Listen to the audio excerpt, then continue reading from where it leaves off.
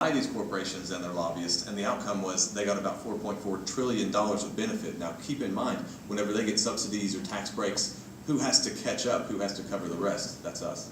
So I'm running with Brand New Congress, and Brand New Congress is a post-partisan effort to take back our government. And by post-partisan, I mean we're running both Democrats and Republicans. Democrats in Democratic districts and Republicans in Republican districts. So, you know, I've been a lifelong Republican.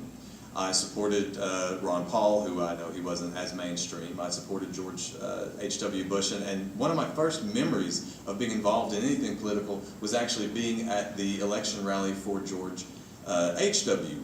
Bush. And I just remember looking up at him, and he actually shook my hand and thinking, wow, this is incredible, like who is this guy? I didn't even know what politics really was, and that really stuck with me. And you know, so being a Republican was always part of my life. It was part of who I am. And I don't like what's happened to the Republican Party in late years. Now keep in mind, I don't mean Republicans.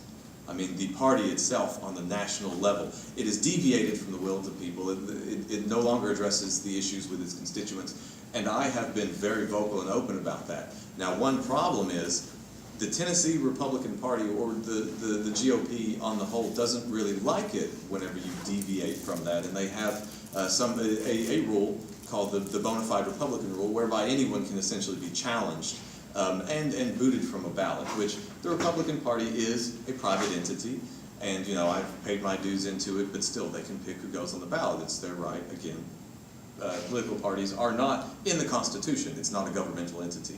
And state law also backs that up. They have the right to do that. Well, since I have been very outspoken about my displeasure with anyone on the Democratic or the Republican side, I was being challenged internally to be removed from the ballot. I don't exactly have a problem with that if we're talking about private caucuses, but we use taxpayer dollars to run these primaries to the tune of a couple $1 million. And you know, I got so sick of partisan politics as it was, because on both sides people are just told what they're supposed to do, what they can and cannot say, that I just decided, you know what, in my heart, I'm a Republican, but I think as an independent, and I'm going to act as an independent, and so I must run as an independent. That is why I had to apply these cute little stickers. We already had about 5,000 of those flyers printed off, and that's also why I'm running around with a petition to get on the ballot. If anyone sees fit, I would love for you to sign off on it. I will, as we mentioned earlier, go straight into the general election. It makes this a lot tougher for me. You know, as people know, if you get elected in the primary as a Republican, generally you wind up winning the general election. For instance, in this district, we've had nothing but Republican representatives for 163 years now. The last political party before that to sit in the seat was a Whig.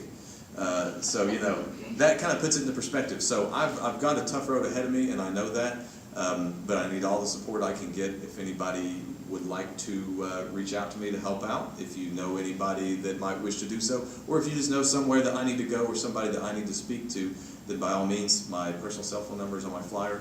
Let me know. That's what makes me different as a candidate. From day one, I started going to community events. I didn't start by going to fundraisers. I didn't go around with my hand out. And it kind of shows I haven't raised that much money, but you know what? I won't outraise them, but I'll outwork them. And